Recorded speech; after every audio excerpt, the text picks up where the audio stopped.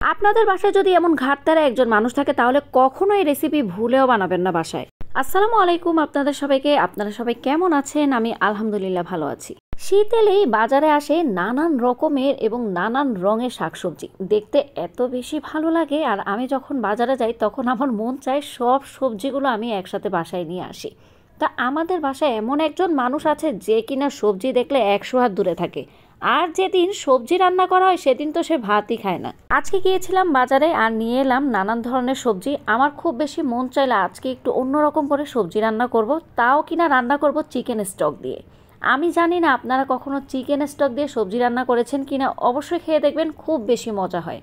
আপনারা চাইলে কিন্তু ভেজিটেবল স্টকও ইউজ করতে পারেন অথবা চিকেন স্টকও দিতে পারেন, দুটার একটা থাকলেই হবে। তো এখানে আমি তেলের সাথে প্রথমে দিয়েছিলাম আদা এবং রসুন কুচি, তারপর পেঁয়াজ দিয়ে খুব ভালোভাবে ভেজে তারপর আমি মুরগির মাংস দিয়ে দিয়েছি।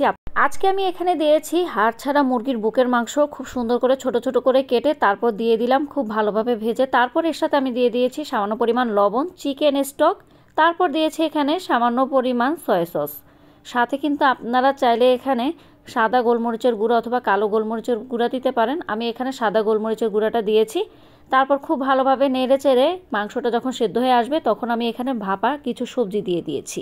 এখানে আপনারা চাইলে যে কোনো ধরনের সবজি দিতে পারেন। তো আমি আজকে এখানে 3-4 রকমের সবজি ইউজ করেছি। তো প্রথমে আমি এখানে দিয়েছি আলু, গাজর, তারপর এখানে দিয়েছি কহি এবং দিয়েছি এখানে ক্যাপসিকাম। তো প্রথমেই কিন্তু আমি সবজিগুলোকে গরম পানিতে হালকা ভাপিয়ে নিয়েছি, তারপর এখানে অ্যাড করে দিলাম খুব ভালোভাবে নেড়েচেড়ে। এখন আমি ফ্রোজেন ক্যাপসিকাম দিয়ে দিয়েছি। আমার কাছে যেহেতু ছিল না এখানে ফ্রেশ ক্যাপসিকাম, তাই আমি ফ্রোজেন ক্যাপসিকামটি ইউজ করেছি। আপনারা চাইলে কিন্তু ফ্রেশটাও ইউজ করতে পারেন, তাহলে ফ্লেভার আরও বেশি ভালো আসবে। এবং আপনারা চাইলে কিন্তু আরও অনেক ধরনের সবজি এখানে অ্যাড করতে পারেন। তা আমি আজকে এই সবজিগুলোই অ্যাড করেছি। এখন কিন্তু সামান্য পরিমাণ গরম পানি দিয়ে খুব ভালোভাবে নেড়েচেড়ে ঢাকনা দিয়ে আমি রান্না করে নিব। আর এই সবজিগুলোকে কিন্তু বেশি একটা রান্না করার প্রয়োজনও নেই, কারণ সবজিগুলো কিন্তু অলরেডি সেদ্ধ করা। এখন আমি ঢাকনা উঠিয়ে সবজিগুলোকে ভালোভাবে নেড়েচেড়ে দেওয়ার আগে এখানে দিয়ে দিচ্ছি আমি কর্নফ্লাওয়ার। এখানে কিন্তু আমি দুধের সাথে কর্নফ্লাওয়ার খুব ভালোভাবে মিক্সড করে নিয়েছি, তারপর আমি এখানে সবজির সাথে দিয়ে দিচ্ছি। সবজির সাথে দেওয়ার সাথে সাথে কিন্তু খুব ভালোভাবে আলতো হাতে নেড়েচেড়ে দিতে হবে। আরেকটি কথা হচ্ছে, আপনারা চাইলে এখানে কিন্তু দুধটা অ্যাভয়েড করতে পারেন।